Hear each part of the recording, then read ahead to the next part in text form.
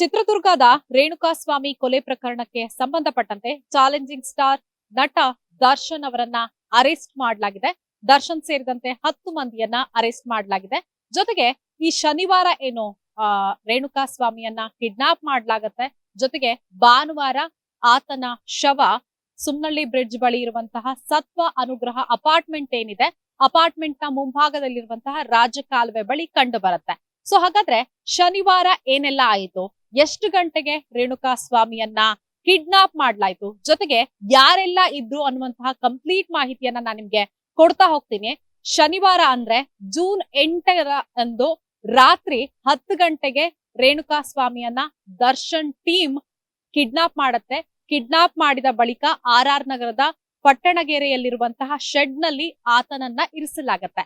ಆ ಸಂದರ್ಭದಲ್ಲಿ ನಟ ದರ್ಶನ್ ಹಾಗೆ ಅವರ ಆಪ್ತರಾಗಿರುವಂತಹ ವಿನಯ್ ಅವರು RR ನಗರದಲ್ಲಿರುವಂತಹ ಸ್ಟೋನಿ ಬ್ರೋಕ್ ಹೋಟೆಲ್ ನಲ್ಲಿ ಒಂದು ಪಾರ್ಟಿಯನ್ನ ಮಾಡ್ತಾ ಇದ್ರು. ಸದ್ಯ ಜಸ್ಟ್ ಒಂದು ಸ್ವಲ್ಪ ವಿಜುವಲ್ಸ್ ಅನ್ನ ನಾನು ನಿಮ್ಗೆ ತೋರಿಸ್ಬಿಡ್ತೀನಿ. ನೀವು ಗಮನಿಸ್ತಿರ್ಬೋದು, ಅದರ ಆಪೋಸಿಟ್ ಅಲ್ಲೇ ನಾನಿದ್ದೀನಿ. ಸ್ಟೋನಿ ಬ್ರೋಕ್ ಹೋಟೆಲ್ ನ ಮುಂಭಾಗದಲ್ಲಿ ನಟ ದರ್ಶನ್ ಹಾಗೆ ವಿನಯ್ ಅವರು ತಡರಾತ್ರಿ ಅಂದ್ರೆ ಸುಮಾರು ಭಾನುವಾರ ಬೆಳಗಿನ ಜಾವ 3:30 ಇಲ್ಲಿಯೇ ಪಾರ್ಟಿಯನ್ನ ಮಾಡ್ತಾ ಇದ್ರು ಅನ್ನುವಂತಹ ಮಾಹಿತಿ ಲಭ್ಯವಾಗ್ತಾ ಇದೆ. ನೀವೀಗ ನೋಡ್ತಾ ಇರುವಂತದ್ದು ಹೋಟೆಲ್ ನ ಎಕ್ಸ್ಕ್ಲೂಸಿವ್ ದೃಶ್ಯಗಳನ್ನ. ಸೊ ಅದಾದ ಬಳಿಕ ಈ ಒಂದು ದರ್ಶನ್ ಟೀಮ್ ಏನಿದೆ, ಸೊ ಅವರು ರೇಣುಕಾಸ್ವಾಮಿಯನ್ನ ಕಿಡ್ನಾಪ್ ಮಾಡಿರುವಂತಹ ವಿಚಾರವನ್ನ ಫೋನ್ ಮಾಡೋದ್ರ ಮೂಲಕ ದರ್ಶನ್ ಅವರಿಗೆ ಮಾಹಿತಿಯನ್ನ ಕೊಡ್ತಾರೆ. ಆ ಸಂದರ್ಭದಲ್ಲಿ ದರ್ಶನ್ ಅವರು ಈ ಹೋಟೆಲ್ ನಲ್ಲಿಯೇ ಪಾರ್ಟಿ ಮಾಡ್ತಾ ಇದ್ರು. ದರ್ಶನ್ ಹಾಗೆ ದರ್ಶನ್ ಆಪ್ತರಾಗಿರುವಂತಹ ವಿನಯ್ ಅವರು ಪಟ್ಟಣಗೆರೆಯಲ್ಲಿರುವಂತಹ ಆ ಶೆಡ್ಗೆ ಹೋಗ್ತಾರೆ. ಆ ಸಂದರ್ಭದಲ್ಲಿ ದರ್ಶನ್ ಮತ್ತೆ ವಿನಯ್ ಹೋಗೋದಕ್ಕೆ ಮುಂಚೆನೆ ಈ ಒಂದು ದರ್ಶನ್ ಟೀಮ್ ಏನಿದೆ, ಸೊ ಅವರು ರೇಣುಕಾಸ್ವಾಮಿ ಮೇಲೆ ಹಲ್ಲೆ ಮಾಡಿದ್ರು ಅನ್ನುವಂತಹ ವಿಚಾರ ಕೂಡ ಗೊತ್ತಾಗಿದೆ. ಬಳಿಕ ಪಾರ್ಟಿ ಮಾಡಿದ ಬಳಿಕ ಇಲ್ಲಿಂದ ಜಸ್ಟ್ ಒಂದು 2-3 ಕಿಲೋಮೀಟರ್ ಡಿಸ್ಟೆನ್ಸ್ ಅಲ್ಲಿರುವಂತಹ ಶೆಡ್ಗೆ ನಟ ದರ್ಶನ್ ಹಾಗೆ ವಿನಯ್ ಅವರು ಹೋಗ್ತಾರೆ. ಅವರು ಕೂಡ ರೇಣುಕಾಸ್ವಾಮಿ ಮೇಲೆ ಹಲ್ಲೆ ಮಾಡಿರುವಂತಹ ಆರೋಪ ಕೇಳಿ ಬಂದಿದೆ. ದರ್ಶನ್ ಅವರು ಆತನ ಕಪಾಳಕ್ಕೆ ಹೊಡೆದಿದ್ದಾರೆ, ಜೊತೆಗೆ ಮರ್ಮಾಂಗಕ್ಕೆ ಒದ್ದಿದ್ದಾರೆ ಅನ್ನುವಂತಹ ವಿಚಾರ ಸದ್ಯಕ್ಕೆ ಲಭ್ಯವಾಗಿರುವಂತದ್ದು. ಆದ್ರೆ ತನಿಖೆ ಪೂರ್ಣಗೊಂಡ ಬಳಿಕ ಸಾಕಷ್ಟು ಮಾಹಿತಿ ಲಭ್ಯವಾಗುತ್ತೆ.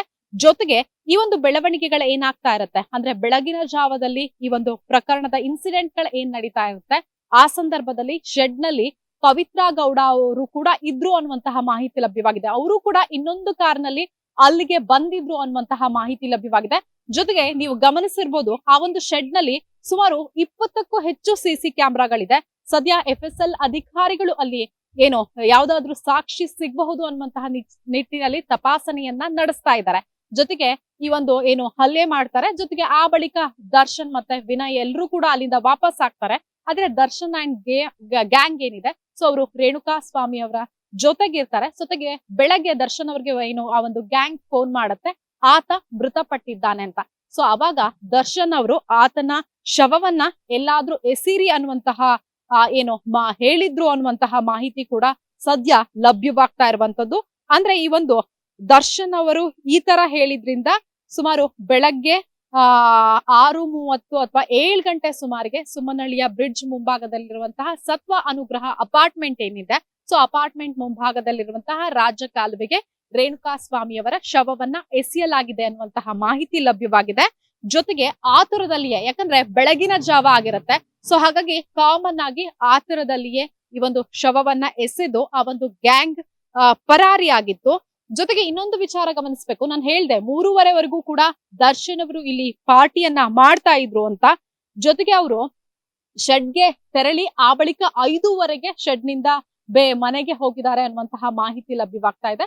ಜೊತೆಗೆ ಬೆಳಗ್ಗೆ ಸುಮಾರು 6:30-7 ಗಂಟೆ ಅಷ್ಟೊತ್ತಿಗೆ ಆ ಒಂದು ಮೋರಿಗೆ ಶವವನ್ನ ಎಸೆಯಲಾಗಿತ್ತು. ಆ ಶವವನ್ನ ಅಲ್ಲಿನ ಸೆಕ್ಯೂರಿಟಿ ಏನು ನೋಡಿ ಕಾಮಾಕ್ಷಿ ಪಾಳ್ಯ ಪೊಲೀಸ್ ಠಾಣೆಗೆ ದೂರು ಕೊಟ್ಟಿದ್ರು. ಆ ಬಳಿಕ ಈ ಒಂದು ತೀವ್ರ ಗತಿಯಲ್ಲಿ ತನಿಖೆ ನಡೀತು. ಜೊತೆಗೆ ಇದಿಷ್ಟು ವಿಚಾರ ಆದ್ರೆ ಸದ್ಯ ಏನಂತ ಅಂದ್ರೆ ಇಲ್ಲೂ ಕೂಡ ಸ್ಥಳ ಮಹಜರನ್ನ ಪೊಲೀಸರು ನಡೆಸಿದ್ದಾರೆ. ಇವತ್ತು ಏನು 2 ಪೊಲೀಸರು ಇಲ್ಲಿಗೆ ಆಗಮಿಸಿದ್ರು. ಸೊ ಅಂದ್ರೆ ದರ್ಶನ್ ಅವರು ಇಲ್ಲಿ ಪಾರ್ಟಿ ಮಾಡಿರೋದ್ರಿಂದ ಇಲ್ಲೂ ಕೂಡ ಯಾವ್ದಾದ್ರು ಸಾಕ್ಷಿಗಳು ಸಿಗಬಹುದು.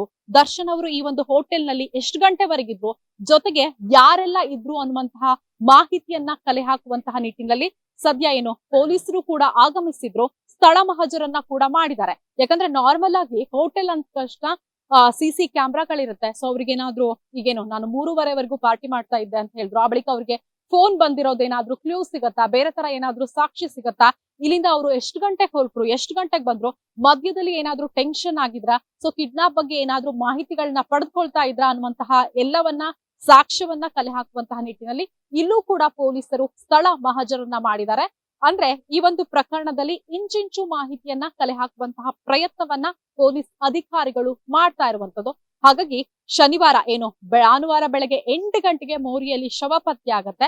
ಸೊ ಅದಕ್ಕೂ ಮುಂಚೆ ಅಂದ್ರೆ ಶನಿವಾರ ರಾತ್ರಿ 10 ಗಂಟೆಯಿಂದ ಭಾನುವಾರ ಬೆಳಗ್ಗೆ 8 ಗಂಟೆಯವರೆಗೆ ಏನೆಲ್ಲ ಆಯ್ತು ಅನ್ನೋದ್ರ ಕಂಪ್ಲೀಟ್ ಡೀಟೇಲ್ಸ್ ಇದಾಗಿದೆ. ಯಾಕಂದ್ರೆ ಸೊ ಇವರು ಮತ್ತೆ ಜೊತೆಗೆ ಇನ್ನೊಂದು ವಿಚಾರ ಅಂದ್ರೆ ಇವರು ಈ ಹಿಂದೆನೆ ಪ್ಲಾನ್ ಮಾಡ್ತಾ ಇದ್ರು ಅನ್ನುವಂತಹ ವಿಚಾರ ಕೂಡ ಗೊತ್ತಾಗ್ತಾ ಇದೆ.